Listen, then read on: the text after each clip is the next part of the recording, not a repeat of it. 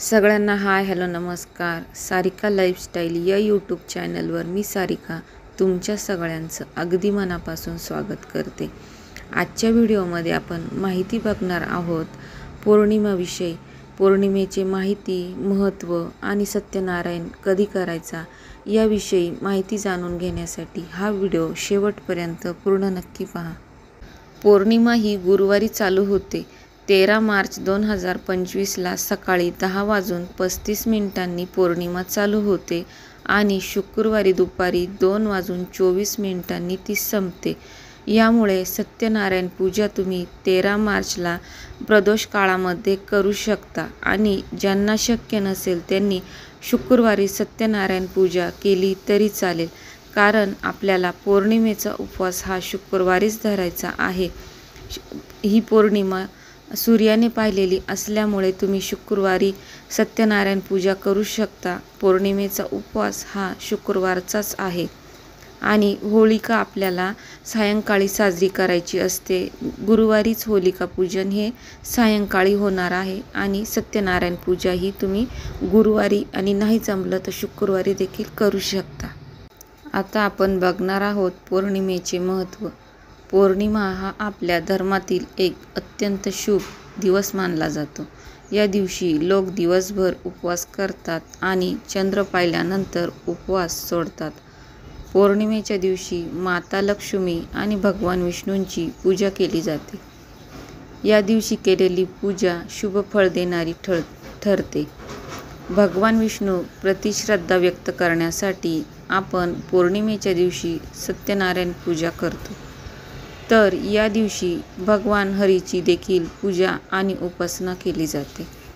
या दिवशी भगवान हरींचा उपवास केला जातो. रात्री चंद्रदर्शन झाल्यानंतर दुधाचे अर्धे अर्पण करायचे असते आणि नंतर उपवास सोडायचा आहे. चंद्राला अर्ध्याचे दूध देताना त्यात थोडी खडीसाखर आणि तांदूळ टाकायचे आहे. पौर्णिमेच्या दिवशी एखाद्या तीर्थक्षेत्री किंवा नदीत आंघोळ केली तर आपल्याला पुण्य प्राप्त होते. पौर्णिमेचा दिवस लक्ष्मी मातेला समर्पित आहे. त्यामुळे या दिवशी माता लक्ष्मीची विधिवत पूजा आणि उपवास तसेच उपासना केल्याने माता लक्ष्मीची कृपा सदैव आपल्यावर राहते. आपल्या घरात आपण सत्यनारायण पूजा करू शकतो. सत्यनारायण कथेचा पाठ आपल्या घरात पठण केल्याने माता लक्ष्मीची घरात स्थिरता राहते. पौर्णिमेला केल्या जाणाऱ्या सेवा. पौर्णिमा वर्षातून एकूण 12 येतात. जर आपण 12ही पौर्णिमेला सत्यनारायण पूजा केली आणि पाठाचे पठण जर केले तर आपल्यावर माता लक्ष्मी आणि भगवान विष्णूंची कृपा सदैव टिकून राहते. पौर्णिमेच्या दिवशी माता लक्ष्मीला गोडाचा नैवेद्य दाखवायचा आहे. म्हणजेच तुम्ही शिरा बनवू शकता किंवा खीरही बनवू शकता. तिला तुम्ही तुपाचा दिवा लावायचा आहे. पौर्णिमेच्या दिवशी माता लक्ष्मी पिंपळाच्या झाडावर वास करते असे म्हटले जाते. म्हणून सकाळी आंघोळ करून पिंपळाच्या झाडाला जल अर्पण करायचे आहे आणि तुपाचा दिवा आपल्याला लावायचा आहे.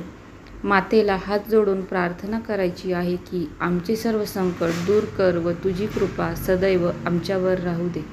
आमच्या घरी ये म्हणून माता लक्ष्मीला आमंत्रित करायचे आहे. चंद्राच्या आगमनानंतर आपण साबुदाण्याची खीर बनवायची आहे आणि ती खीर चंद्रप्रकाशात ठेवून चंद्राची किरणे त्या खीरीत पडल्यावर तिला नैवेद्य म्हणून दाखवायचा आणि नंतर तो प्रसाद घरातील सर्व मंडळींनी ग्रहण करायचा. याने घरातील धनाच्या आगमनाचे मार्ग मोकळे होतात. तसेच पौर्णिमेच्या दिवशी घरातील आपल्या मुख्य दरवाजावर आंब्याचे तोरण लावायचे आहे. ते लावल्याने घरातील वातावरण शुद्ध होते. आंब्याचे तोरण दारावर लावल्याने घरातील नकारात्मकता दूर होते व सकारात्मक वातावरण निर्माण होते. त्याचबरोबर आपल्याला घराच्या मुख्य दरवाजाच्या उंबऱ्यावर हळदीचे लेपन करायचे आहे. असे केल्याने माता लक्ष्मी आपल्या घरात सदैव वास करते आणि लक्ष्मी माता स्थिर राहते. पौर्णिमेच्या दिवशी तुम्ही कर्पूर होम देखील करू शकता. नारळ घेऊन त्यावर 7 कापुराच्या वड्या घ्यायच्या आणि श्री स्वामी समर्थ श्री स्वामी समर्थ या मंत्राचा जप करायचा। तुम्हाला जमल्यास त्यावर थोडी पिवळी मोहरी टाकायची आहे। तो नारळ घेऊन त्यातील सर्व कोपऱ्यांमध्ये फिरवायचा आहे। कर्पूर होम करत असताना श्री स्वामी समर्थ या मंत्राचे नामस्मरण आपल्याला करायचे आहे। आपल्या कुलदेवीला प्रसन्न करण्यासाठी तुम्ही पौर्णिमेच्या सेवा नक्की करा आणि अनुभव घेऊन बघा। आजचा व्हिडिओ तुम्हाला कसा वाटला हे कमेंट करून मला नक्की कळवा। व्हिडिओला जास्तीत जास्त शेअर करा, लाईक करा आणि सारिका लाईफस्टाईल या यूट्यूब चॅनलला सबस्क्राईब करा। मी सारिका या नोटवर तुमच्या सगळ्यांची रजा घेते। भेटूया पुन्हा अशाच एका माहितीपूर्ण व्हिडिओमध्ये। तोपर्यंत सगळ्यांना धन्यवाद। श्री स्वामी समर्थ।